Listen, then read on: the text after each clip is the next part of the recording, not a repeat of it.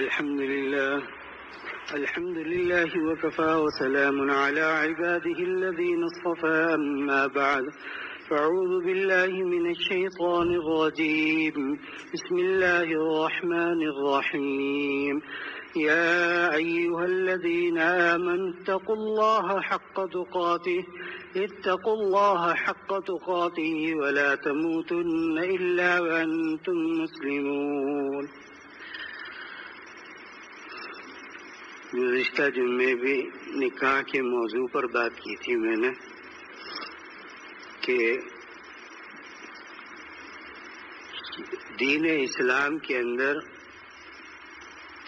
یہ چیز ہے کہ جب جوان ہو جائے اولاد تو اس کے نکاح کی فکر کرو،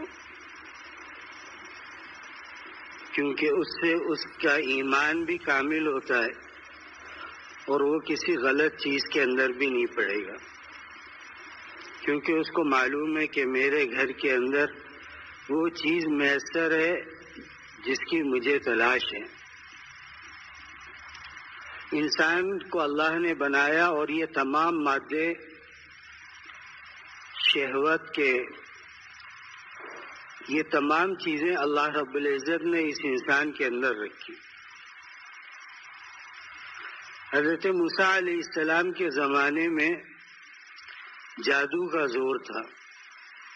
اس زمانے میں لوگ جادو سیکھتے تھے، جادو سکھاتے تھے اور جادو ہی کو سب کچھ سمجھتے تھے.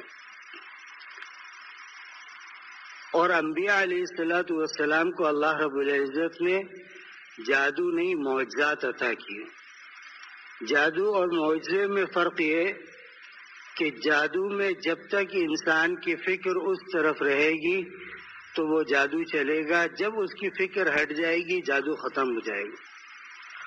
معجزے کے اندر ایسا نہیں ہے. معجزہ اللہ کی طرف سے، اور جب تک اللہ تعالیٰ چاہیں گے وہ معجزہ باقی رہے گا. تو حضرت موسیٰ علیہ السلام کے دور میں جب اس چیز کا بہت زیادہ زور ہوا تو ملائکہ نے اعتراض کیا کہ اللہ، یہ انسان، اس کے اندر آپ نے وہ چیزیں ڈالی کہ یہ جادو کرتا ہے اور اس جادو کے ذریعے سے لوگوں کے درمیان تفرقہ پیدا کرتا ہے، یہاں تک کہ میاں بیوی کے درمیان تفرقہ پیدا کرتا ہے. تو اللہ رب العزت نے فرمایا کہ اگر وہ مادہ تمہارے اندر بھی پیدا ہو جائے تو تم بھی اس سے نہیں بچ سکو گے. تو اللہ رب العزت فرشتوں نے کہا کہ اللہ، ہم تو نورانی مخلوق ہیں. فرمایا جب تک نورانی ہو تو تمہارے اندر ان سب چیزوں کی تمہیں حاجت نہیں ہے. لہذا اب تم نے اعتراض کیا ہے، لہذا 2 فرشتوں کو چنو، ان کا انتخاب کرو. تو ملائکہ نے ہاروت اور ماروت کا انتخاب کیا. یہ ملائکہ کے اندر سب سے زیادہ عبادت کرنے والے فرشتے تھے. اللہ رب العزت نے ان کے اندر وہی مادے پیدا کیے جو انسان کے اندر رکھے تھے. تو میں اب جاؤ دنیا کے اندر. جب دنیا کے اندر آئے تو اول تو اللہ تعالیٰ کے احکامات کی پابندی کرتے رہے، لیکن ظاہر سی بات ہے کہ جو چیز انسان میں ڈال دی جائے اس چیز سے تبدیلی کیا آتی ہے. اس چیز سے تبدیلی آئی کہ ایک دن کوئی عورت ان کے پاس آئی، وہ حسین و جمیل بھی تھی. اس نے کہا کہ مجھے یہ تکلیف ہے، اس کا کوئی علاج بتا دیں. تو دونوں ملائکہ جو تھے، جب تک ان کے اندر انسان کے عناصر موجود نہیں تھے اس وقت تک تو ملائکہ کو کوئی توجہ ہی نہیں تھی، لیکن جب مادہ پیدا کر دیا گیا تو انہوں نے کہا یار یہ تو بہت خوبصورت عورت ہے، لہذا اس سے جو ہے ان کے اندر جو مادہ تھا، زنا کا مادہ انسان کے اندر ہوتا ہے، شہوت کا مادہ، نارے شہوت کا مادہ انسان کے اندر ہوتا ہے، انہوں نے اس کو کہا کہ بھائی ہمارا ارادہ تمہارے ساتھ یہ کام کرنے کا ہے۔ اس نے کہا تمہیں 3 کام کرنے ہوں گے، 3 وہ کام کرنے ہوں گے جو تمام دنیا کے جتنے مذاہب ہیں، ہر مذہب میں اللہ نے اس کو حرام رکھا ہے، اہل کتاب بھی اور وہ لوگ بھی جو اہل کتاب نہیں ہیں وہ اس کو برا سمجھتے۔ پہلی چیز کہ تمہیں شراب پینی ہوگی۔ انہوں نے کہا ٹھیک ہے۔ کہا نمبر 2 قتل ناحق کرنا ہوگا۔ انہوں نے کہا یہ بھی منظور ہے۔ کہا پھر تیسری چیز میں خود کرا لوں گی۔ وہ تیسری چیز زنا تھی۔ تو بیان کرنے کا مقصد یہ کہ اللہ رب العزت نے انسان کے اندر یہ ساری چیزیں رکھی، لیکن حکم دیا کہ اس سے رک جا۔ کسی چیز آدمی کے سامنے پانی رکھا جائے اور رکھ کر کے اس کو یہ کہا جائے کہ بھائی دیکھو گرمی ہے لیکن اس پانی کو پینا نہیں ہے تمہیں، یہ بس جیسے رکھا ہے ویسے ہی رکھا رہے۔ تو انسان کے اندر جب چیز سامنے ہو تو انسان کے اندر خود بخود یہ چیز آ جاتی ہے کہ یار میں اس چیز کو استعمال کر لو، مجھے پیاس لگی ہے، کب تک روکا جائے گا۔ اسی طرح انسان کے اندر اللہ نے شہوت رکھی اور فرمایا دیکھو اس کا حلال راستہ یہ ہے کہ تم نکاح کرو، اور حرام راستہ اس کا یہ ہے کہ انسان زنا کرے، بد نظری کرے۔ اسی لیے فرمایا زنا العین النظر، نظر بازی آنکھوں کا زنا ہے۔ تو فرمایا کہ دیکھو تمہارے اندر ہم نے یہ سب عناصر رکھے ہیں لیکن تم نے اس کے اوپر عمل نہیں کرنا۔ اب انسان کے لیے یہ مقابلہ مشکل ہو گیا کہ عناصر موجود ہیں جو اس کو جہنم میں بھی لے جا سکتے ہیں اور جنت کی طرف بھی لے جا سکتے ہیں۔ اب انسان بچے تو طریقہ کیا ہے اس سے بچنے کا؟ کیونکہ عناصر تو موجود ہے، خواہ کتنا بڑا ولی ہو اس کے اندر بھی یہ مادہ موجود ہے۔ اسی لیے اللہ رب العزت نے توبہ کا حکم نازل فرمایا، اور اس کے بارے میں اللہ نے فرمایا ان اللہ یحب التوابین، اللہ تعالیٰ توبہ کرنے والوں سے محبت کرتا ہے، اور فعل مضارع سے نازل کیا کہ اب بھی محبت کرتا ہے اور آئندہ بھی کرتا رہے گا اگر تم توبہ کرتے رہو گے۔ تو انسان کو اللہ رب العزت نے ایک چیز عطا فرمائی، فرمایا یہ تمہارے اندر جو ہم نے نار شہوت رکھی ہے اس کو بجھانے کا طریقہ یہ ہے کہ تم ان لوگوں کی صحبت کے اندر رہو جو ان تمام چیزوں سے دور رہنے والے۔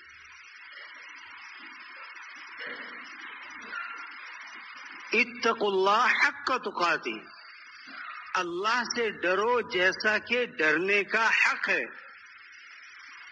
جب یہ آیت نازل ہوئی تو صحابہ نے رسول اللہ صلی اللہ علیہ وسلم سے عرض کیا یا رسول اللہ صلی اللہ علیہ وسلم اللہ سے ڈرنے کا حق کون انسان پورا کر سکتا ہے؟ تو پھر اللہ نے آیت نازل فرمائی قل یا عبادی الذین اسرفوا من انفسهم لا تقنطوا من رحمت اللہ، اے محمد صلی اللہ علیہ وسلم انسان کو کہہ دیجئے کہ میری رحمت سے مایوس نہ ہو۔ تم جتنے بھی گناہ کرو گے اگر ایک دفعہ بھی تم نے دل سے توبہ اور استغفار کر لی ہم تمام گناہ تمہارے معاف کر دیں گے۔ اب یہ عناصر اللہ نے رکھنے کے بعد کہا کہ یہ رکھ تو دیے لیکن اس کا حلال طریقہ بھی تمہیں بتا دیں، کیونکہ دین اسلام دنیا کا واحد دین ہے کہ جو کامل بھی ہے اور مکمل بھی ہے. اسی لیے حکم دیا ادخلوا فی السلم کافہ، کہ اسلام میں پورے داخل ہو جاؤ. کیا مطلب؟ کہ یہ نہ سوچو کہ یار یہ چیز تو بری ہے، یہ تو ہمارے مزاج کے خلاف ہے، ہم اس کے اوپر عمل کریں. اللہ نے حکم دیا کہ جب تم پورے اسلام میں داخل ہو جاؤ گے تو تمہارے لیے یہ ساری چیزیں آسان ہو جائیں گی. تو اللہ نے انسان کے اندر ایک مادہ ایسا رکھا ہے کہ انسان دیکھتا ہے آنکھوں سے، چھوتا ہے ہاتھوں سے، چل کے جاتا ہے اس گناہ کی طرف، لیکن وہ لذت عارضی کو سمجھتا ہے کہ یہ دائمی ہے. دائمی لذت نہیں ہے. دائمی جتنی بھی لذات ہیں وہ انسان جب اس دنیا سے حالت ایمان میں گیا تو جنت کی طرف سے اللہ تعالیٰ کھڑکی کھول دیں گے جہاں سے وہ انسان جنت کو دیکھ سکے گا. وہاں کی چیزیں عارضی نہیں ہیں، وہاں کی چیزیں دائمی ہیں.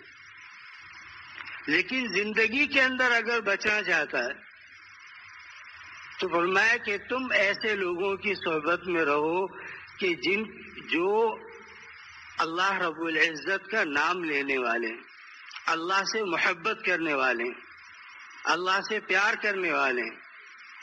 جب تم ان کی صحبت کے اندر رہو گے تو تمہارے اندر بھی یہ مادہ پیدا ہوگا کہ یار اللہ رب العزت کو نافرمانی کرنا، اللہ کی،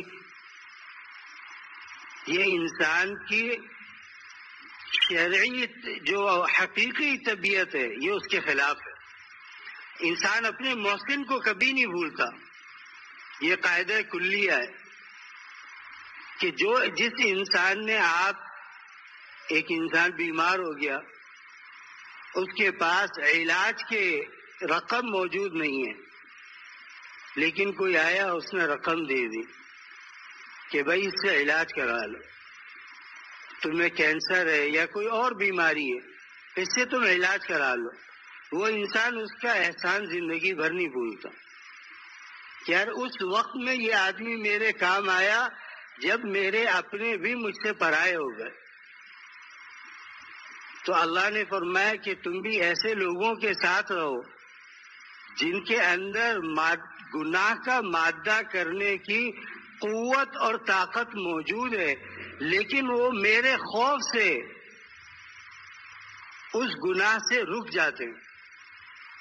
وَأَمَّا مَنْ خَافَ مَقَامَ رَبِّهِ وَنَهَى النَّفْسَ عَنِ الْهَوَىٰ، میں وہ لوگ جو اپنے نفس کو اس خوف سے روکتے ہیں کہ یار اگر ہم نے یہ عمل کیا تو قیامت کے دن اللہ رب العزت ہم سے اس عمل کے بارے میں سوال کریں گے کہ جب ہم نے تمہیں کتاب دی، انبیاء دیے، انبیاء بھیجے، تو تم نے اس کے اوپر عمل کیوں نہیں کیا. حلال بھی موجود ہے، حرام بھی موجود ہے. لوگ کہتے ہیں کہ بھائی رشوت کیوں لے رہے ہو؟ کہتے ہیں اس کے بغیر گزارا نہیں ہوتا. چھوڑ کر کے دیکھے، کم میں اللہ تعالیٰ برکت عطا فرمائیں گے، کم میں برکت ہوگی. برکت الگ چیز ہے، مال گننا الگ چیز ہے. جب برکت آ گئی تو پھر قلت کے باوجود انسان پیٹ بھر کے کھائے گا. اور مال آ گیا اور برکت نہیں آئی، حرام مال لایا، حرام مال کھایا، حرام مال سے اپنے پیٹ کو بھرا، فرمایا اب تیری عبادت قبول نہیں ہے. حجاج ابن یوسف کے بارے میں لکھا ہے کہ حجاج بن یوسف جو تھا وہ اتنا ظالم شخص تھا کہ جب صبح اٹھتا تھا تو ناحق 2-3 لوگوں کی گردنیں اڑا دیتا تھا، قتل کر دیتا تھا. تو لوگوں نے کہا کہ حجاج تو اللہ سے ڈر، تو اللہ کے نیک بندوں کو ستانا چھوڑ دے۔ اس نے کہا جب میں خلیفہ بنا تو میں نے سب سے پہلے لوگوں کی جو دعوت کی ان کو دعوت کے اندر رزق حرام کھلا دیا۔ اب یہ میرے لیے جتنی بد دعا کرے ان کی بد دعا میرے حق میں قبول نہیں ہوگی۔ ظالم تھا لیکن دو چیزیں اس کی ایسی تھیں، ایک تو اس نے محمد بن قاسم کو بھیجا سندھ کی طرف، اور دوسرا قرآن کریم پر، کیونکہ ہم لوگ عجمی لوگ ہیں۔ آج بھی سعودی عرب کے اندر مسجد نبوی میں اور مسجد حرام کے اندر وہ قرآن پاک رکھے ہیں جن کے اوپر اعراب نہیں ہے، اور سوائے حفاظ کے یا اہل عرب کے اس کو کوئی نہیں پڑھ سکتا۔ لیکن زیادہ تر لوگ مسلمان ایسے ہیں، اکثریت ایسی ہے کہ اگر زبر زیر و پیش نہ موجود ہو تو انسان قرآن کریم کی تلاوت نہیں کر سکتا، تو اس کے اوپر زبر زیر پیش یہ سب حجاج نے کام کرا ہے۔ اسی لیے ہمارے بزرگوں نے لکھا ہے کہ اس کا یہ عمل ایسا ہے کہ ہو سکتا ہے اللہ تعالیٰ اس کی شفاعت کر دے، معاف کر دے اس کو۔ اس کا ایک ہی کام اتنا بڑا تھا۔ تو اللہ نے جب انسان کے اندر مادہ رکھا، حکم دیا کہ اب نہ کرنا۔ جب انسان ایسی چیزوں پر عمل کرنے والوں کے ساتھ ہوتا ہے تو پھر انسان بھی کیا سوچتا ہے، یار کون سا مجھ پر عذاب ہے؟ اگر میں نے گناہ کیا تو مجھ پر کون سا عذاب آ گیا؟ یاد رکھے اللہ تعالی جب ڈھیل دیتے ہیں تو پھر ڈھیل دیتے دیتے دیتے دیتے انسان کیا سمجھتا ہے، یار اگر میں گناہگار تھا اللہ نے مجھے مال کیوں دیا؟ اگر میں گناہگار تھا اللہ رب العزت نے مجھے اتنی نعمتوں سے کیوں نوازا؟ یہ مشرکین مکہ کا قول تھا کہ وہ کہتے تھے کہ رسول اللہ صلی اللہ علیہ وسلم اور مسلمانوں کے پاس کھانے کے لیے کچھ نہیں ہے، اور آپ علیہ الصلوۃ والسلام دعوی نبوت کر رہے ہیں۔ یہ کیسی بات ہے؟ اور ہمیں دیکھو، ہمارے پاس باغات بھی ہیں، ہمارے پاس مال بھی ہے۔ اللہ نے نبی بنایا، ایسا نبی بنایا جو امی تھا، کسی کے سامنے آپ صلی اللہ علیہ وسلم نے کبھی دو زانو ہو کر کے کچھ سیکھا نہیں، اللہ نے خود سکھلایا، اللہ رب العزت نے خود سکھلایا۔ اس لیے صلح حدیبیہ کے موقع پر جب کفار سے صلح ہو رہی تھی تو رسول اللہ صلی اللہ علیہ وسلم کو دستخط کرنے تھے تاکہ صلح دونوں طرف سے دستخط ہونے تھے، اور آپ امی تھے، اور حدیث کے اندر آتا ہے کہ آپ نے دستخط کیے۔ اب علماء کہتے ہیں کہ دستخط کیسے کیے؟ آپ صلی اللہ علیہ وسلم تو امی تھے، تو فرمایا کہ اس ایسے کیے کہ اس وقت اللہ تعالیٰ نے ان کو طاقت عطا فرمائی، کیونکہ اس وقت بین المسلمین والکفار ایک ایسا معاہدہ ہونے جا رہا تھا جس پر رسول اللہ صلی اللہ علیہ وسلم کے دستخط لازم تھے۔ تو آپ علیہ الصلوۃ والسلام امی پیدا ہوئے، پھر آپ کو نبوت عطا کی گئی،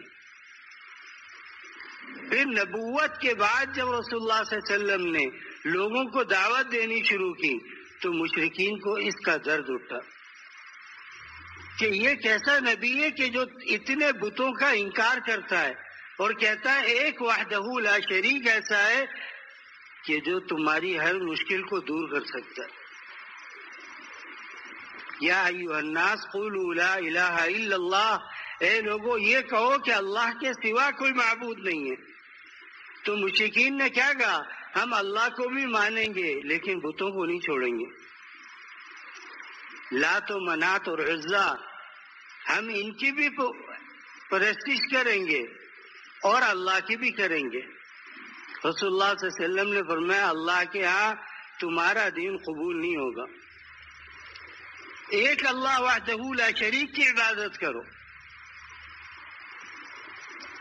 جتنے گناہ ہیں اللہ فرماتے ہیں میں ہر گناہ معاف کر دوں گا، خواہ بدنی ہو، خواہ مالی ہو، خواہ جسمانی ہو، کوئی بھی گناہ ہو اللہ فرماتے ہیں ہم معاف کر دیں گے. لیکن فرمایا اگر شرک کرو گے تو ہم اس کو معاف نہیں کریں گے، کیونکہ تم ہمارے مقابلے میں کسی کو لا رہے ہو اور اس سے ہم کبھی بھی خوش نہیں ہوتے. لہذا انسان کے اندر مادہ رکھ کر کے فرمایا کہ دیکھو اس سے بچو. اب انسان سوچے کہ یار اس سے بچنے کا طریقہ کیا ہے؟ اس سے بچنے کا واحد طریقہ یہ کہ جو لوگ گناہوں سے بچے ہوئے انسان ان کی صحبت کے اندر جایا کرے. جانا روز چاہیے، لیکن اگر وقت نہیں ملتا تو ہفتے میں جائے، ہفتے میں نہیں ملتا مہینے میں جائے. اس سے کیا ہوگا؟ مادہ تو موجود رہے گا لیکن اس مادے کے اوپر عمل کرنے کی اللہ تعالیٰ اس سے توفیق آہستہ آہستہ کم کر لیں گے. اس کو بغیر اللہ کا نام لیے اس کو کبھی آرام نہیں آئے گا.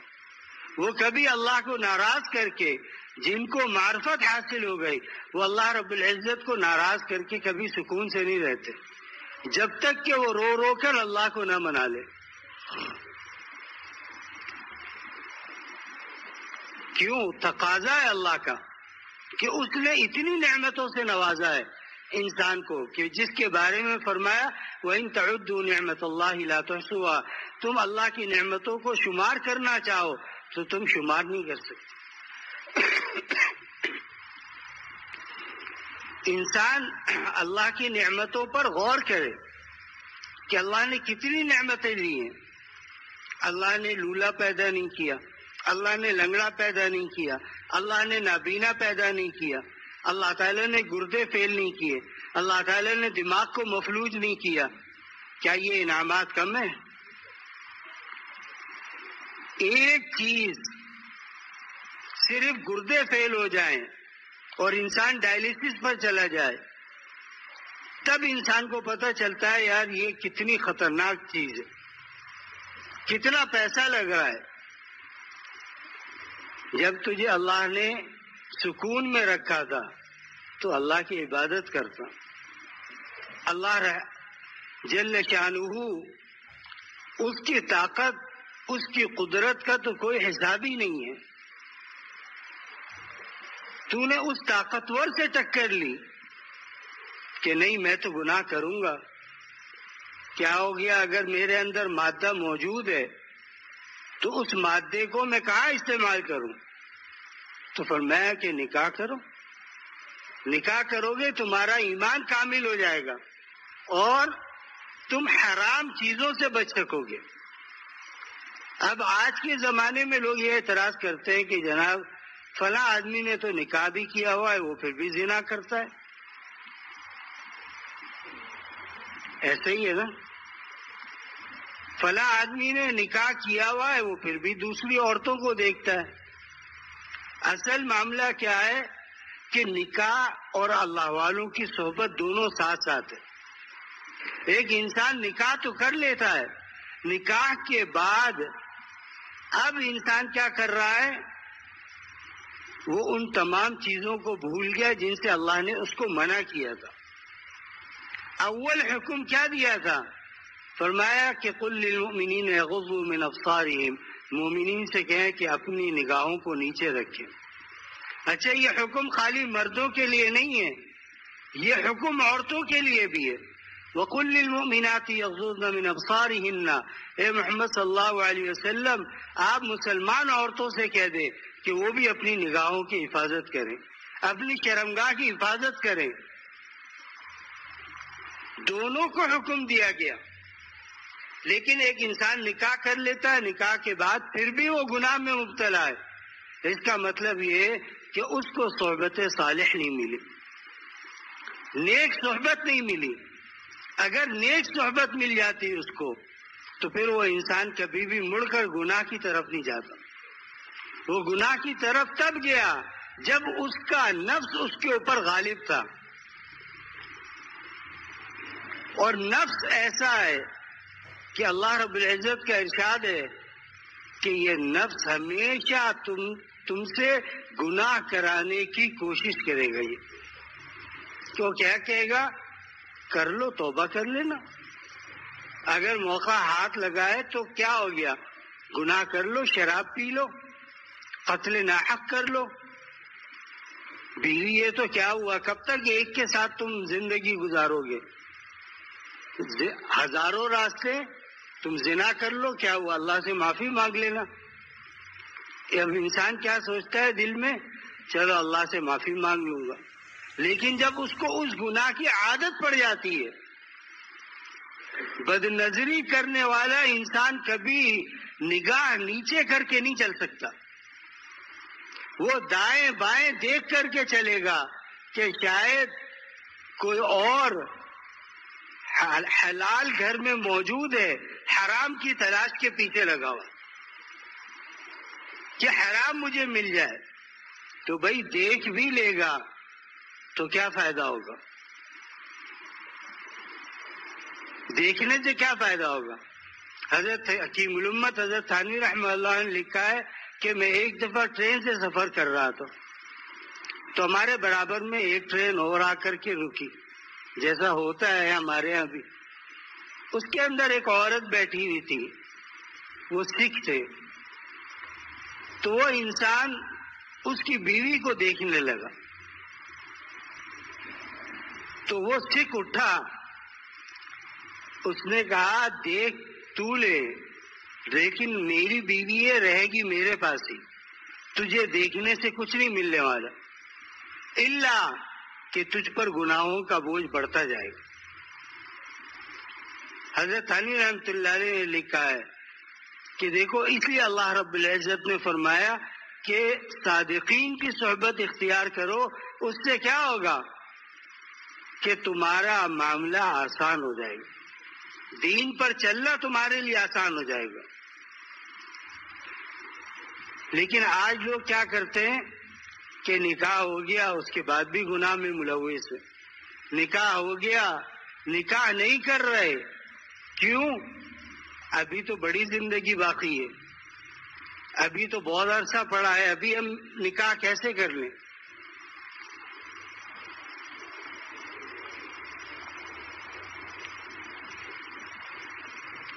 یاد رکھے کہ آج ہمارے ہاں مسلمانوں کے اندر یہ چیز اتنی زیادہ آ چکی کہ اگر لڑکی ڈاکٹر ہے تو وہ سوچتے ہیں کہ ہم اس کا نکاح ایسے شخص سے کرائیں جو اس سے بھی زیادہ پڑھا لکھا ہو. نکاح میں تقوی نہیں دیکھتے، نکاح کے اندر اس کی صحبت کیسی ہے یہ نہیں دیکھتے. نکاح میں کیا دیکھتے ہیں کہ یار ہماری بچی جس گھر میں جا رہی ہے اس گھر کے اندر تو بجلی بھی ہے، اس گھر کے اندر ایئر کنڈیشن بھی ہے، اس گھر کے اندر اچھا کھانا بھی ہے، اچھا پینا بھی ہے، یہ وہاں جا کر کے خوش رہے گی. یاد رکھے شریعت نے دو لفظ استعمال کیے ہیں، ایک ہے محبت اور ایک ہے مودت. محبت کیا ہے؟ جو انسان انسان سے کرتا ہے. مودت کیا چیز ہے؟ کہ اللہ تعالیٰ اس انسان کے دل میں دوسرے انسان کی محبت پیدا فرما دیتے ہیں. تو جب انسان بیوی آئی تو بڑا خوش ہوا، لیکن اب کیا ہوا کہ ایک دو مہینے کے بعد اس نے کہا کہ یار یہ تو عام ہو گیا. سرور شہر غموم دہر لزوم مہر. فرمایا ایک مہینے کی خوشی ہے، سارے زمانے کا غم ہے. اولاد ہوگی، بیمار ہوگی. اب آپ کیا کہتے ہیں؟ مجھے کام پر جانا ہے. تو ماں کیا کہتی ہے؟ بیوی کہتی ہے اس کو بھی تو ڈاکٹر کو دکھانا ہے، اگر نہیں دکھایا تو علاج کہاں سے ہوگا اس کا؟ سارے زمانے کے غم آ جاتے ہیں. اور لزوم مہر، مہر دینا بھی تو لازم ہوتا ہے۔ آج حق مہر اتنا رکھا جاتا ہے کہ انسان حیران ہو جائے۔ رسول اللہ صلی اللہ علیہ وسلم کے زمانے کے میں ایک صحابی کا نکاح ہوا، فرمایا کہ آپ نے فرمایا کہ تمہارے پاس مہر میں دینے کے لیے کچھ ہے؟ کہا یا رسول اللہ میں غریب آدمی ہوں، میرے پاس حق مہر دینے کے لیے کچھ نہیں ہے۔ آپ علیہ الصلوۃ والسلام نے دیکھے نکاح میں کتنی آسانیاں پیدا کی۔ فرمایا اچھا تجھے کچھ قرآن یاد ہے؟ فرمایا ہاں۔ فرمایا چلو تیرا مہر یہ کہ جو قرآن تجھے یاد ہے تو اپنی بیوی کو یاد کرا دے، وہی تیرا مہر بن گیا، وہی تیرا مہر بن گیا۔ اب تو لاکھوں میں مہر رکھا جاتا ہے۔ ایک شادی پر انسان اتنا خرچ کرتا ہے کہ وہ قرض لے کر کے اپنی ایک بیٹی کی شادی کرتا ہے تو دوسری تک اس کو کما کما کر اس کو اپنا قرض چکانا ہوتا ہے کہ شادی حال کے اندر ہوگا اور نکاح ایسے ہوگا، فلانا ہوگا، ڈھمکا ہوگا۔ حدیث پاک میں کیا آیا؟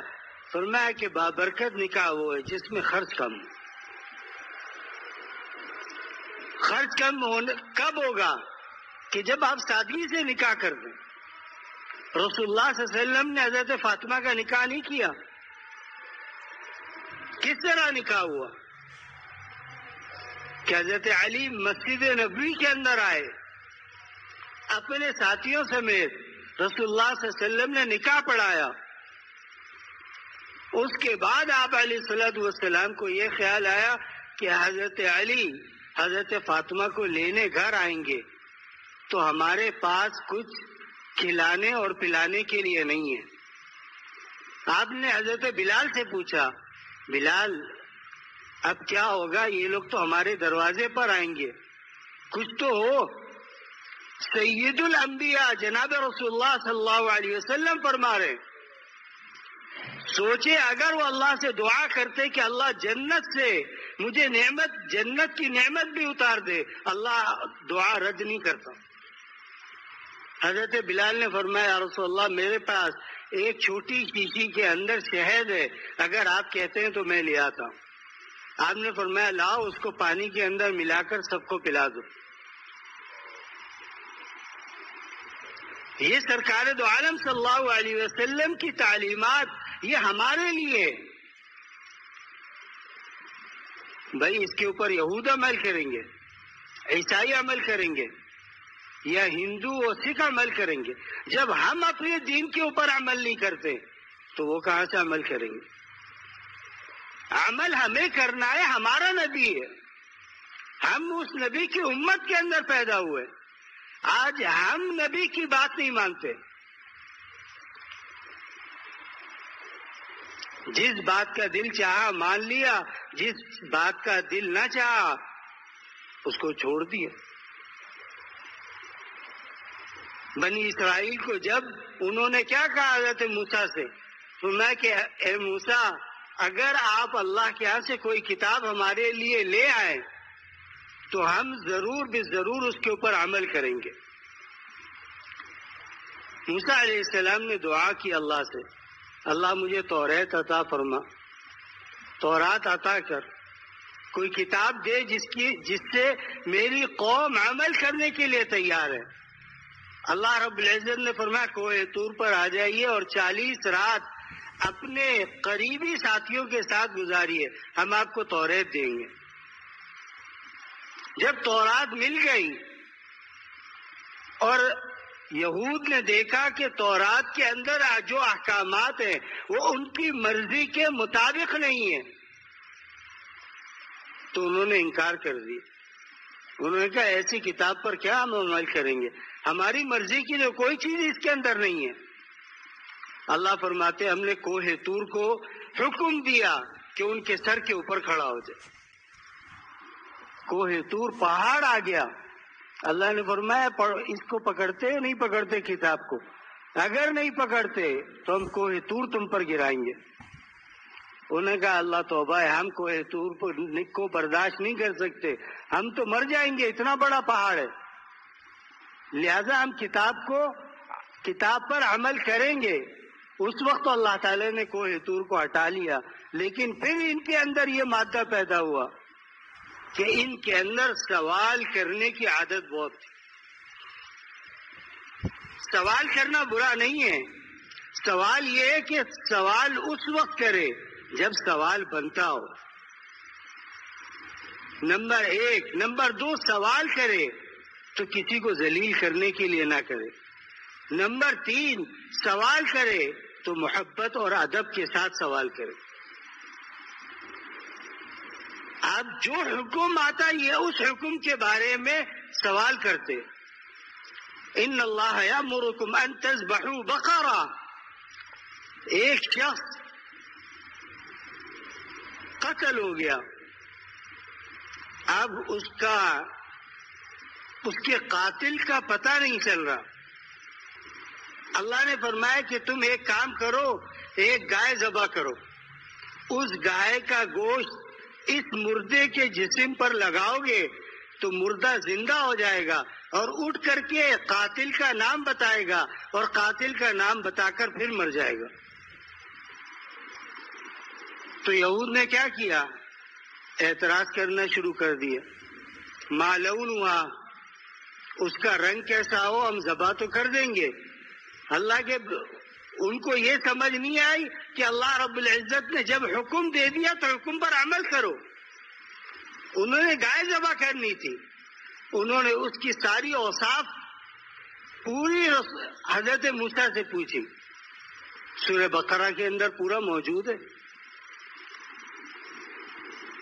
تو سوال کرنے کی عادت جب ان کے اندر پیدا ہوئی کہ انبیاء سے سوالات کرتے، اللہ کو ان کی یہ چیز پسند نہیں تھی۔ اس لیے آج کے زمانے میں بھی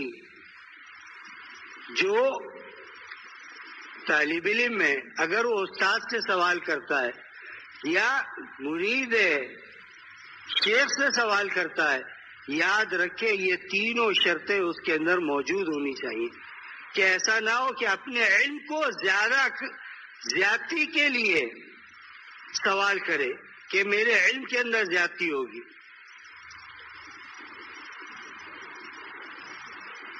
اپنے علم کو گنوا رہا ہے کہ میرے پاس تو اتنا علم ہے، آپ کے پاس اتنا علم کہاں ہے؟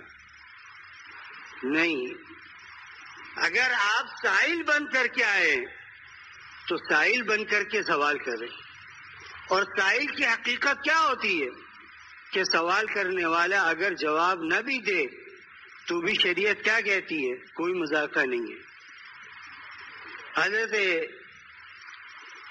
امام احمد ابن حنبل رحمہ اللہ فرماتے ہیں کہ لا ادری یہ نصف علم ہے، یہ کہو کہ مجھے معلوم نہیں ہے، دیکھ کر بتا دوں گا۔ دیکھنے کے بعد بھی وہ چیز نہیں ملی تو کہو مجھے نہیں ملی، کسی اور عالم کے پاس چلے جاؤ۔ لیکن آج ہمارا کیا حال ہے کہ ہم سر کھجاتے ہوئے بولتے ہیں ہاں آپ پوچھے مسئلہ کیا ہے؟ کیا داڑھی رکھ لی؟ لوگ کیا سمجھتے ہیں ہر داڑھی والا مفتی ہے۔ کہا مفتی صاحب یہ ایک مسئلہ پوچھنا ہے۔ اب مفتی صاحب بھی کیا کہتے ہیں، اگر میں نے صحیح بتا دیا میرے علم کی دھاک تو بیٹھ جائے گی۔ اب جب سن لیا اور سمجھ میں نہیں آیا شریعت کے مطابق تو انہوں نے اپنی طبیعت کے موافق جواب دے دیے۔ ہمارے استاد شیخ الحدیث ہمارے مدرسے کے کچھ بیمار ہیں، اللہ تعالیٰ ان کو شفا عطا فرمائے، اور والد صاحب بھی کچھ علیل ہیں، بخار وغیرہ ہے، تو اللہ رب العزت ان کو بھی شفا عطا فرمائے۔ تو حضرت نے ہم سے فرمایا کہ جب سبق پڑھتے تھے تو جو مدارس کے اندر اسباق ہوتے ہیں وہ کالج اور یونیورسٹیوں کی طرح نہیں ہوتے۔ مدارس کے اندر جو ہوتا ہے اساتذہ مذاق بھی کرتے ہیں طلبہ۔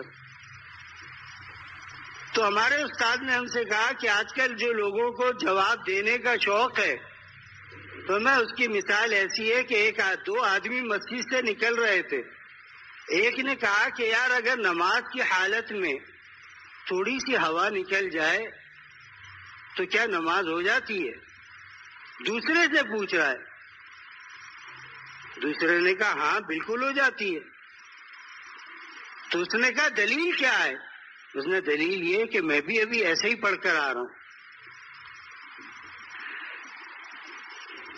بھائی یہ کہہ دے کہ میرے علم میں نہیں ہے، جاؤ کسی بڑے عالم کے پاس جا کر کے سوال کرو، جنہوں نے افتاء کیا ہے ان سے سوال کرو.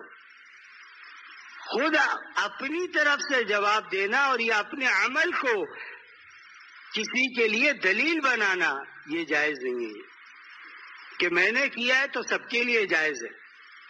نہیں، سوال کرے عقیدت کے ساتھ، اپنے علم کا اظہار نہ کرے. تو الغرض ہم نے نکاح کو اتنا مشکل بنا دیا کہ یار لڑکی کے پاس اگر اتنے جوڑے نہیں ہوں گے، اتنا سونا نہیں ہوگا، تو یہ جب وہاں جائے گی بچی تو لوگ اس کو کیا سوچیں گے کہ اس کے پاس ہے کیا؟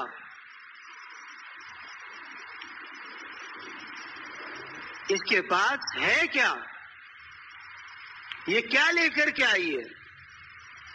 حضرت جناب رسول اللہ صلی اللہ علیہ وسلم حضرت فاطمہ کے پاس گئے. فرمایا فاطمہ میں تجھے لینے کے لیے آیا ہوں، میرے ساتھ چل. حضرت فاطمہ صاحبزادی ہے. فرمایا یا رسول اللہ میں نے آپ ہی سے سنا ہے کہ شوہر کی اجازت کے بغیر کہیں عورت کو نکلنے کی اجازت نہیں ہے. غور سے سنیں، رسول اللہ صلی اللہ علیہ وسلم نے فرمایا بالکل. اور آپ علیہ الصلوۃ والسلام گھر کے کونے میں دیوار سے ٹیک لگا کر کے بیٹھ گئے. حضرت علی رضی اللہ تعالی عنہ تشریف لائے، گھر میں داخل ہوئے، دیکھا رسول اللہ صلی اللہ علیہ وسلم موجود ہیں. فرمایا یا رسول اللہ آپ یہاں دیوار سے ٹیک لگا کر کیوں بیٹھے؟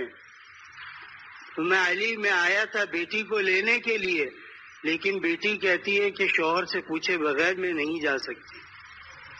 حضرت علی نے کیا فرمایا؟ فرمایا آپ تو اللہ کے نبی ہیں، آپ کو کس سے پوچھنے کی اجازت ہے؟ رسول اللہ صلی اللہ علیہ وسلم نے فرمایا کہ امت کی تعلیم کے لیے یہ ضروری تھا. یہ امت کو تعلیم دی جا رہی ہے کہ نبی اپنی بیٹی کو لے کر نہیں جا رہا. کس انتظار میں؟ کہ جب میرا داماد آئے گا. حالانکہ حضرت علی صحابی ہیں، رسول اللہ صلی اللہ علیہ وسلم نبی ہیں. جب داماد آئے گا اجازت ملے گی تو لے کر کے جاؤں گا. حضرت علی نے فرمایا یا رسول اللہ مجھ سے کس چیز کی اجازت؟ آپ کی بیٹی ہے. میں علی نکاح میں تو تیرے ہے نا، اگر تو اجازت دے تو میں لے جاؤں. میں حضرت علی رونے لگے. فرمایا یا رسول اللہ میری کیا ہمت ہے کہ میں روکوں؟ تو رسول اللہ صلی اللہ علیہ وسلم نے حضرت فاطمہ کو لیا اور گھر تشریف لیا. آج ہم کیا کہتے ہیں؟ ہمارے پاس تو بڑا مال ہے، ہمیں کیا ضرورت ہے پوچھنے کی، ہمیں کیا ضرورت ہے اطلاع کرنے کی. یاد رکھے دین ایک کامل زندگی کا نام ہے. دین اسلام ایک کامل زندگی کا نام ہے. اس کے اندر اگر آپ کو نکاح کی ضرورت ہے تو دین اس کی بھی رہنمائی کرتا ہے. اگر آپ کو عبادات کا شوق ہے دین اس کے بارے میں بھی بتاتا ہے. اگر آپ معاملات کرتے ہیں دین اس کے بارے میں بھی بتاتا ہے. آپ کمانے کے لیے دکان کے اندر بیٹھتے ہیں دین اس میں بھی آپ کی رہنمائی کرتا ہے. مطلب معاشرے کے جتنے طبقات ہیں آپ کسی بھی طبقے کے بارے میں دین کی راہ لیں، دین سے سوال کریں تو دین اسلام کے اندر اس کا حکم موجود ہوگا. ایسا نہیں ہے کہ حکم نہیں ہے، حکم موجود نہ ہو، حکم موجود ہوگا. لیکن آج انسان کیا سوچتا ہے کہ یار دین کے اندر تو سختی ہے، اگر ہم دین کی طرف چلے تو پھر کیا ہوگا؟ ہمیں ہر طرف پریشانی ہوگی، ہمارے لیے مشکلات ہوں گی. اگر شادی ہم سادگی سے کر دیں تو آدھا خاندان تو ہم سے ویسے ہی کٹ جائے گا کہ تمہارے پاس اتنا بھی نہیں تھا کہ تم ہمیں بلاتے، تم نے ہمیں خبر تک نہیں ہونے دی. تم کیا سمجھ رہے تھے کہ ہم تمہارے گھر آئیں گے تمہاری دولت کھا جائیں گے؟ یہ وہ لوگ ہیں جن کو اعتراض کرنے کا شوق ہے، اور یاد رکھے اعتراض کرنا یہ یہود کا پیشہ تھا۔ کس پیشے کی طرف جا رہا ہے؟ بھئی جس کی بیٹی ہے اس کے پاس جتنا ہے مال اس کے مطابق اس کا نکاح کر دے۔ اب پہلے زمانے میں لڑکے میں نیکی دیکھی جاتی تھی، آج کے زمانے میں لڑکے کی نیکی نہیں اس کے نوٹ دیکھے جاتے۔ اچھا آپ کا لڑکا کرتا کیا ہے؟ بولے جی مسجد میں امام ہے۔ اچھا ٹھیک ہے، ہم پھر سوچ کر کے بتائیں گے۔ استخارہ کرتے ہیں پھر بتاتے ہیں۔ اور اگر نکاح کے لیے گئے اور جا کر کے کیا کہا آپ کا لڑکا کرتا کیا ہے؟ کہا اسٹیٹ بینک کے اندر نوکری کرتا ہے۔ کہا بس رشتہ ہمیں منظور ہے، فوراً آپ نکاح کی تاریخ طے کر لی ہے، بس اور کیا ہے، ہمیں رشتہ منظور ہے۔ اب منظور تو ہو گیا لیکن اب کیا ہے، خلاف سنت ہو رہا ہے۔ شادیوں کے اندر ویڈیو بن رہی ہے، شادی میں مرد اور عورت اختلاط کے ساتھ بیٹھے ہوئے ہیں، کوئی پردہ کچھ بھی نہیں ہے۔ کئی لوگ کہتے ہیں پردہ کس چیز کا ہے؟ قرآن نازل کس لیے ہوا ہے؟ ہمارے لیے ہوا ہے۔ ازواج مطہرات کو اللہ رب العزت کیا فرما رہے ہیں؟ وَلَا تَبَرَّجْنَ تَبَرُّجَ الْجَاهِلِيَّةِ الْأُولَى، کہ پہلے زمانے میں جس طرح عورتیں سروں کے بال کھول کر بازاروں میں گھومتی تھی، اے رسول اللہ صلی اللہ علیہ وسلم کی بیویوں تمہیں اس چیز کی اجازت نہیں ہے۔ حالانکہ وہ امہات المؤمنین تھی، مسلمانوں کی مائیں، رسول اللہ صلی اللہ علیہ وسلم کی ازواج ہیں۔ اللہ اپنے نبی کو ایسی بھی دے گا۔ حضرت عائشہ رضی اللہ تعالی عنہ کے اوپر جب تہمت لگی ہار گمنے کے اوپر، تو حضرت عمر نے آگے بڑھ کر کیا کہا؟ فرمایا کہ اے اللہ کے نبی، آپ اللہ کے نبی ہیں، آپ کو اللہ تعالیٰ ایسی عورت دے گا ہی نہیں کہ جس کے اوپر کوئی تہمت لگا سکے۔ 3 صحابہ ایسے تھے جنہوں نے اس چیز کو قبول کر لیا تھا کہ اگر تہمت لگی ہے تو صحیح لگی ہے۔ پھر جب اللہ تعالی نے سورہ نور کی 11 آیتیں نازل فرمائی حضرت عائشہ کے لیے، تو رسول اللہ صلی اللہ علیہ وسلم نے فرمایا یہ تینوں صحابی جنہوں نے قبول کیا تھا ان کو درے لگا۔ کس چیز کے پیش نظر تم نے یہ کہا تھا کہ انسان سے کچھ بھی ہو سکتا ہے؟ تو وہاں کیا تھا؟ سادگی تھی، دین کو مقدم رکھا جاتا تھا کہ یار یہ دین کتنا جاننے والا ہے۔ جتنا دین جانتا تھا لوگ اس کی قدر زیادہ کرتے تھے۔ آج کے زمانے میں یہ دیکھا جاتا ہے مال کس کے پاس زیادہ ہے، قدر اس کی زیادہ ہوگی۔ مال سے انسان کا پیٹ نہیں بھرتا۔ کوئی انسان یہ کہے میں روٹی کی جگہ 5-5 ہزار کے 3 نوٹ کھاتا ہوں پیٹ بھر جاتا ہے ایسا دنیا میں؟ کھانی تو ارب پتی بھی بن جائے تو بھی تو نے 2 ہی روٹی کھانی ہے، اور جو غریب ہے اس نے بھی 2 ہی روٹی کھانی ہے۔ اس لیے کیا فرمایا کہ اپنے پڑوس کا خیال رکھا کرو کہ ان کے گھر میں کھانا پکا ہے یا نہیں۔ اگر نہیں پکا تو رسول اللہ صلی اللہ علیہ وسلم نے کیا فرمایا؟ اپنے کھانے کے اندر 1 گلاس پانی اور ڈال دو، کچھ ان کے گھر دے دو، کچھ خود کھا لو۔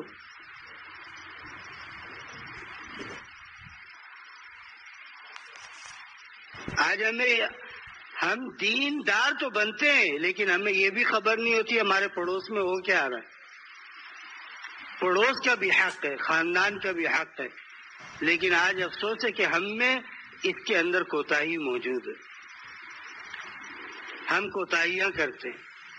جو حق ہے اس حق کو پورا کرے، خواہ وہ پڑوسی ہو، خواہ وہ خاندان والے ہو، خواہ وہ اعزاء اقربا رشتہ دار ہو۔ انسان اپنے اعزاء اقربا کے لیے وقت نہیں نکالتا، دوسروں کے لیے وقت نکال لیتا ہے کہ اگر میں نہ گیا تو وہ لوگ کیا کہیں گے. نہیں، خاندان کا خیال رکھنا، اعزاء اقربا رشتہ دار کو پوچھنا، یہ کیا ہے؟ اللہ کی طرف سے حکم ہے. ان کی خبر گیری رکھو، وہ کیا کھاتے ہیں، کیا پیتے ہیں، کہیں ایسا تو نہیں ان کے اندر غریب ہے، کہیں ایسا تو نہیں کہ ان کے وہ فقر کی حالت کے اندر گزر رہے ہیں. انسان کے اوپر حالات آتے ہیں، کبھی فقر آ گیا، کبھی غنا آ گیا، کبھی مال زیادہ ہے، کبھی مال کم ہے. یہ چیز بڑھتی ہی رہے گی، کم ہوتی رہے گی. حکم دیا گیا ہے ان کا خیال رکھو. اسی طرح حکم دیا گیا ہے کہ نکاح کرو تو سادگی کے ساتھ کرو. خاندان کو یہ مت دیکھو کہ خاندان والے کیا کہیں گے. یہ دیکھو جس رب نے ہمیں نکاح کا حکم دیا ہے، اس رب نے کیا کہا ہے، اس کے نبی نے کیا کہا ہے، سادگی کے ساتھ نکاح کرو، کوئی بوجھ نہیں ہوگا. لیکن نکاح بالغ ہو گیا اور کوئی گناہ اس سے سرزد ہو گیا، اس کا گناہ اس کے والدین کے سر کے اوپر. آج بچیوں کی عمریں 35 سال ہو گئی، 40 سال ہو گئی. بھائی نکاح کرو، ابھی تو ہماری بچی پڑھ رہی ہے، تو نے اس سے دنیا کا نظام چلوانا ہے. جب کسرا کے اندر رسول اللہ صلی اللہ علیہ وسلم نے فتح مکہ کے بعد آپ علیہ الصلوۃ والسلام نے مختلف ملکوں کو قاصد بھیجے تھے، کفار کو، کہ دین اسلام کے اندر داخل ہو جاؤ. تو کسرا کی طرف جس کو قاصد بنا کر کے بھیجا، انہوں نے جب رسول اللہ صلی اللہ علیہ وسلم کا خط دیکھا تو اس کو غصہ آ گیا. اس نے اس خط کو پھاڑ کے پھینک دیا.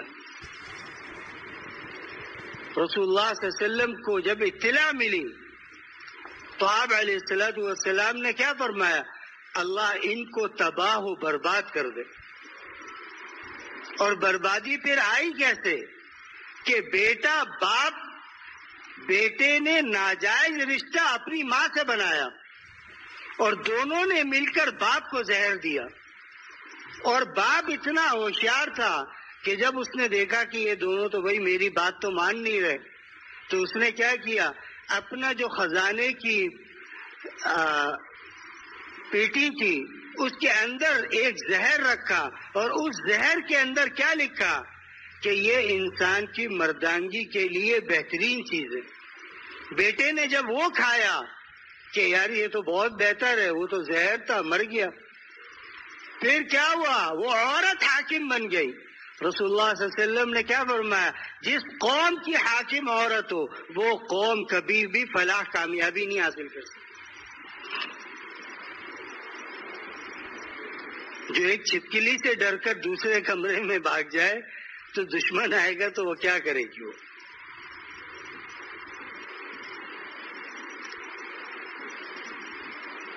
تو آج ہم نے نکاح کو مشکل بنایا. نکاح آسان تھا، نکاح مشکل نہیں تھا. رسول اللہ صلی اللہ علیہ وسلم کے زمانے میں کیا ہوتا تھا، اگر کوئی لڑکی پسند آ گئی اپنا رشتہ لے کر خود چلے جاتے تھے. بھائی آپ کی لڑکی ہے، مجھے پسند آئی ہے، میں نکاح کرنا چاہتا ہوں، اگر آپ میرے نکاح میں دیں. آج یہاں بڑی شرافت دکھائے، نہیں لڑکا تم جاؤ گے بیٹا سوال کرنے کے لیے. لڑکی والوں کے پاس وہ کیا کہیں گے، کیسے جاہل لوگ ہیں یہ. ہم جائیں گے، تیاری کے ساتھ جائیں گے، کچھ لے کر کے جائیں گے، پھر ہم ان سے بات کریں گے. تو ہمارا ایمان صحابہ سے بڑھ کر نہیں ہے. جب صحابہ رشتہ لے کر کے جا رہے ہیں تو ہمیں اس کے اندر کس چیز کی شکایت ہے. لڑکی پسند آئی ہے، نکاح کا پیغام بھیجا، نکاح کر لیا، عزت اور پاک دامنی کے اندر زندگی گزر رہی ہے. آج ہمیں ہر طرف سے رسومات میں جکڑا ہوا ہے. آج رسمیں، آج شریعت نہیں ہے، آج رسومات ہیں کہ رسمیں ایسی چاروں طرف سے رسومات ایسی ڈال دی گئیں. کچھ مسلمان جب پاکستان نہیں بنا تو ہندوؤں کے ساتھ رہتے تھے، ان کی شادیوں میں آنا جانا تھا، تو وہاں سے کچھ رسومات مل گئی.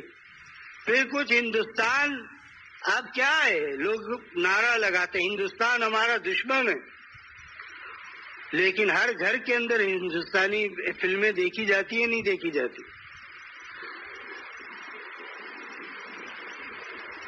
بولو بھائی، حقیقت ہے. پھر کس بات کے لیے تم کہہ رہے ہو ہمارا دشمن ہے؟ کس چیز کے لیے تمہارا دشمن ہے؟ انہوں نے برباد کرنے کے لیے چیزیں ایجاد کی، اور آج مسلمان اس کو بڑے فخر سے سن رہا ہے. گاڑی کے اندر جا رہا ہے، گانا لگا ہوا ہے اونچی آواز سے، اس کو یہ بھی خیال نہیں ہے کہ میں مسجد کے پاس سے گزر رہا ہوں، اس کو یہ بھی خیال نہیں ہے کہ اس وقت اذان ہو رہی ہے، اس کو یہ بھی خیال نہیں ہے کہ مسجد کے پاس سے گزر رہا ہوں، جماعت ہو رہی ہے، میں اس کو کم کر دوں.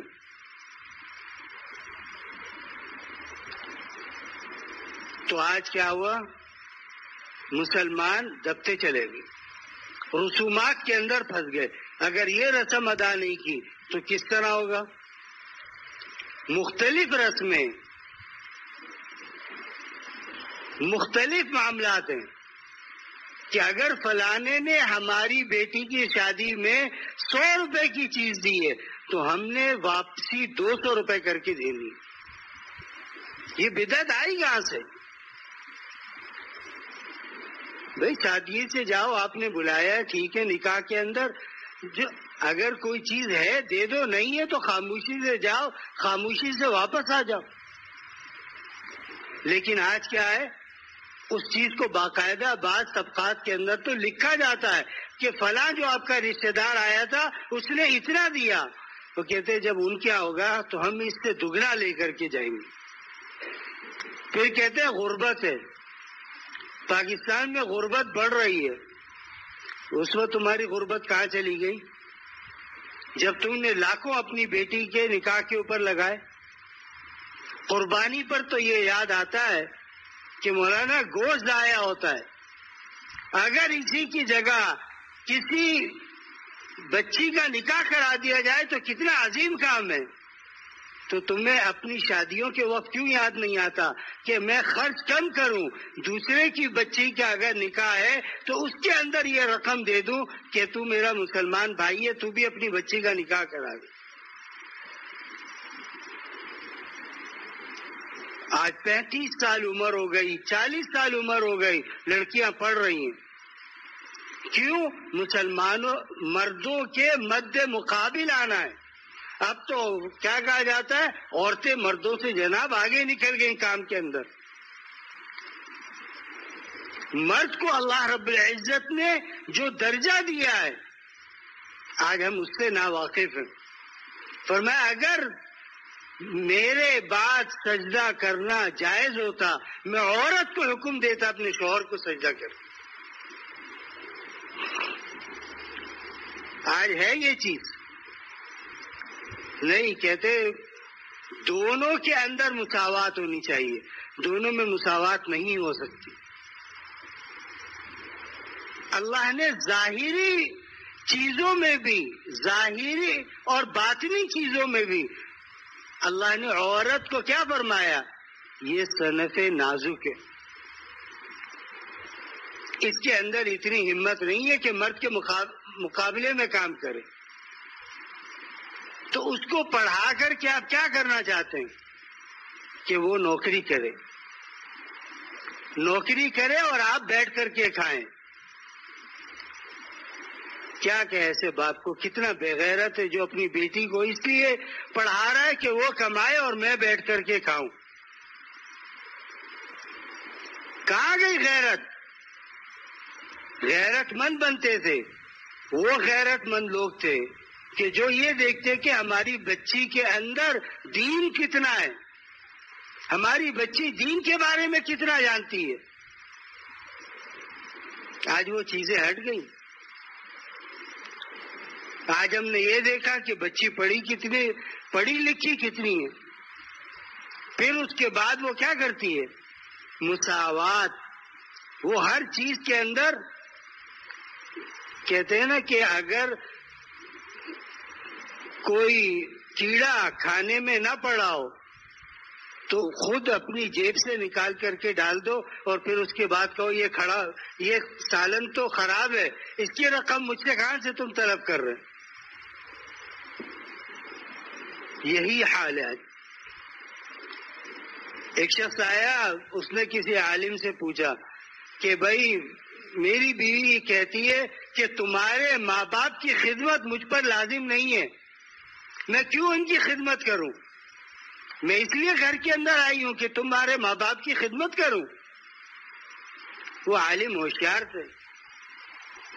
اس نے کہا کہ اچھا اب گھر جاؤ، جا کر کے کہو کہ اللہ رب العزت نے میرے ماں باپ کی خدمت تیرے ذمے نہیں لگائی، میرے ذمے لگائی ہے، لہذا تو خدمت مت کر، لیکن شریعت نے مجھے دوسری شادی کا حکم دیا ہے، میں دوسری کرتا ہوں، اپنے ماں باپ کو وہاں لے جاتا ہوں، وہ عورت وہاں خدمت کر لے گی. اس نے جا کر یہی بات گھر میں کر دی. انہوں نے کہا نہیں، میں نے کب کہا ہے کہ میں نہیں کروں گی؟ بھئی جتنا مجھ سے ہو سکے گا اتنا میں کروں گی، ضرور کروں گی. میں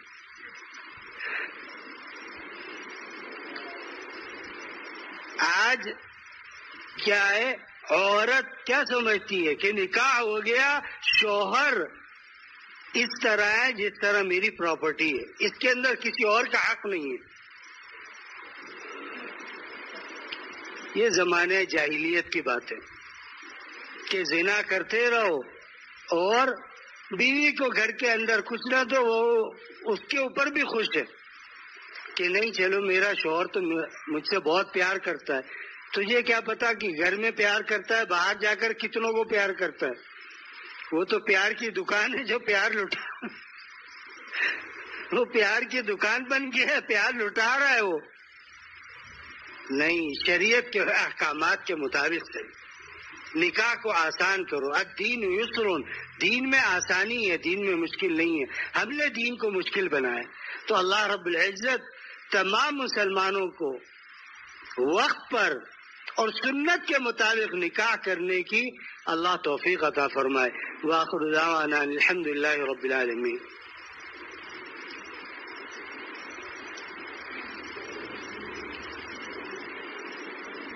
ایک صاحب نے لکھا ہے کہ گھر میں خیر و برکت، اہل و عیال کی صحت کے لیے دعا فرمائے. ولادت کا معاملہ ہے، دعا فرمائے. اللہ تعالیٰ عافیت کا معاملہ فرمائے. اللہ تعالیٰ ہمارے شیخ یعنی والد صاحب کو شفاء کاملہ عاجلہ مستمرہ عطا فرمائے. آمین. اللہم صلی وسلم علی سیدنا مولانا محمد وعلی آلہ وصحبہ اجمعین. اللہ ہمارے تمام گناہوں کو معاف فرما. اللہ رحم و کرم، فضل و عنایت اور عافیت کا معاملہ فرما. الہ العالمین اپنے فضل و کرم سے ہمیں سنتوں پر چلنے والا بنا دے. الہ العالمین اپنے فضل و کرم سے ہمارے اندر جس دین کے شعبے میں کمی ہے اللہ اس کو پورا کرنے کی توفیق عطا فرما. اللہ رحم و کرم کا معاملہ فرما. اللہ رحم و کرم کا معاملہ فرما. اللہ عافیت کا معاملہ فرما. اللہ عافیت کا معاملہ فرما. اللہ اپنے فضل و کرم سے جو نوجوان شادیوں کے رشتوں کے سلسلے میں پریشان ہیں اللہ ان کو اچھی اور نیک اور صالح بیویاں عطا فرما. جو بچیاں پریشان ہیں اللہ ان کو نیک صالح مرد عطا فرما. الہ العالمین اپنے فضل و کرم سے ہماری تمام مشکلات کو دور فرما، آسانیاں پیدا فرما. اللہ سرکار دو عالم صلی اللہ علیہ وسلم نے جو طریقہ ہمیں بتایا اس طریقے کے اوپر چلنے کی تمام مسلمانوں کو توفیق عطا فرما. اللہ رحم و کرم کا معاملہ فرما. اللہ ہمارے تمام گناہوں کو معاف فرما دے. اللہ رحم کا معاملہ فرما دیجئے. اللہ رحم کا معاملہ فرما دیجئے. اللہ رحم کا معاملہ فرما دیجئے. عافیت دارین عطا فرما دیجئے. رزق میں، زراعت میں، معیشت میں، تجارت میں اللہ سب چیزوں میں برکت عطا فرما. میرے والد صاحب کو اللہ صحت کاملہ عاجلہ مستمرہ عطا فرما. ان کا سایہ تادیر ہم سب کے سروں پر قائم رکھ. یا اور کوئی مسلمان بیمار ہے اللہ سب کو شفا کاملہ عاجلہ مستمرہ عطا فرما. وصلى اللهم تعالى على خير خلقه محمد وعلى آله وصحبه أجمعين برحمتك يا أرحم الراحمين.